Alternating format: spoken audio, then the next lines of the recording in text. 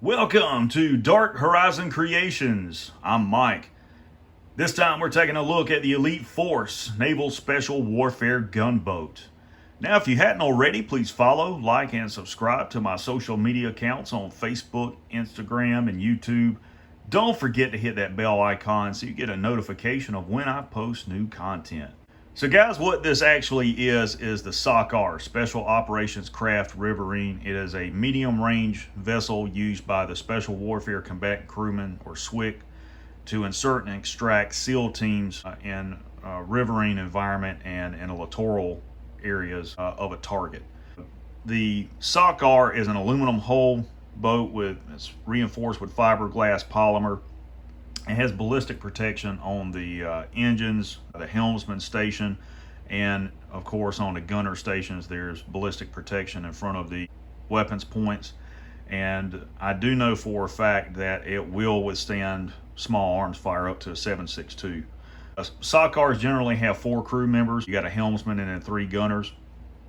It has twin 440 horsepower Yanmar diesel engines. It also has water jets on it.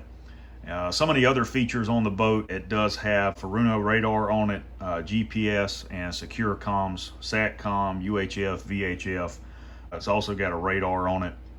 The boat's capable of traveling up to 125 miles at top speeds around 40 knots, I think. The boat is about 33 feet long, 7 feet wide, and it's got a 2-foot draft on it. And essentially, the way that these boats operate, they employ a system called METS, or Maritime External Air Transportation System.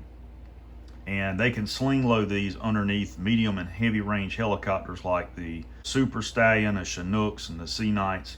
And they can be transported closer to a target area, and the crew can be transferred from the aircraft down to the boat, where the boats are prepped, and as soon as they hit the water, they're on their way.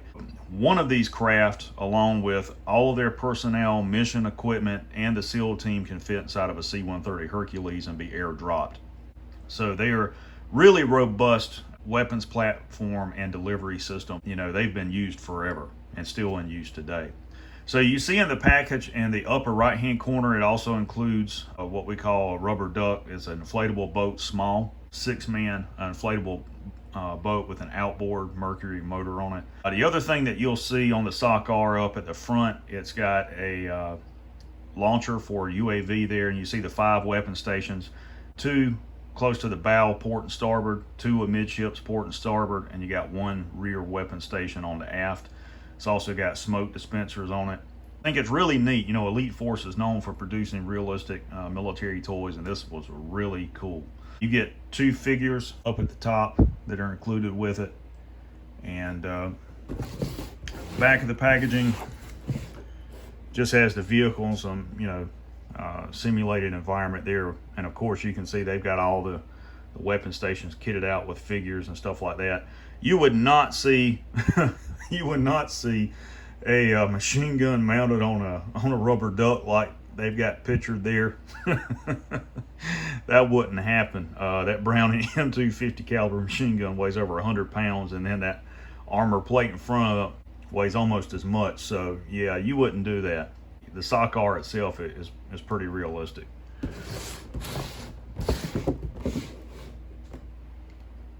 All right, I've got the SOC-R out of the packaging and fully assembled. And as you can see, this is a really nice toy. Really is. I think they did a phenomenal job on this. So let's take a look at both of the action figures first.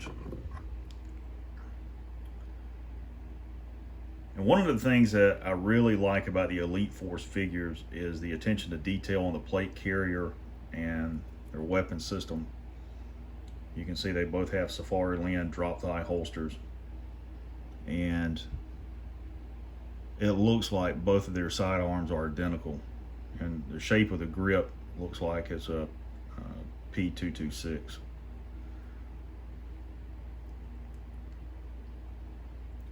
Now, each of their plate carrier setup is a little bit different, but you can see he's got a push-to-talk mic here, as well as his headset, spare mag pouches for a sidearm. Again, spare mag pouches for the sidearm, his tourniquets there. He's got ammo pouches for 7.62 machine gun, zip ties in the back, as well as the antenna for his M beater. This guy's got rifle mag pouches. His tourniquets right there. Spare mags for sidearms, M beater. Up here he's got a portable tablet is what that is. And they use that for navigation and communication and things like that. Zip ties on the back of that one, again an antenna. They just have minimal articulation. His head will pivot side to side, forward and lateral movement at the shoulder, elbow rotation, single jointed elbow, waist swivel, forward movement there at the thigh, single jointed knee, and that's pretty much it. You know, if these were fully articulated action figures, like the click and play figures by Chapman, with this level of detail, they would be perfect. I'd never buy another G.I. Joe 3 3/4 inch again. And they both include the same weapon system. They both include the M240 machine gun, as you guys can see here. And these are really different. They are much better than the Chapman weapons because they're made out of a little more solid plastic. And they can be mounted on the weapons positions, but there's no need because it's already got weapon stations there. Here's the inflatable boat, small rubber duck. There's the outboard engine. And that's pretty realistic. I do like that they included that. So let's get these out of the way so you guys can see the actual boat. And there's the drone, and you know, you can pull this back and put it on there and it'll launch it. Let's see.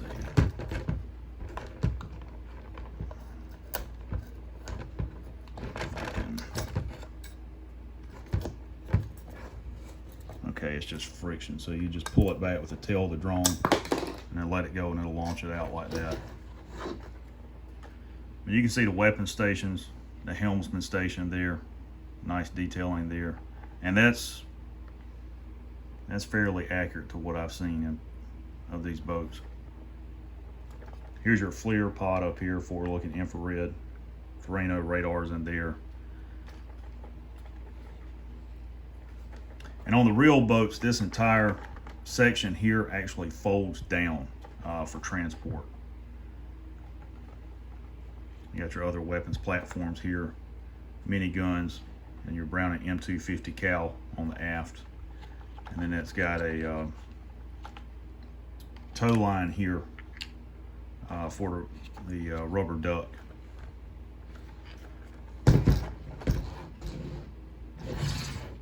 And on that side, it's got a SWIC logo. You know, you can take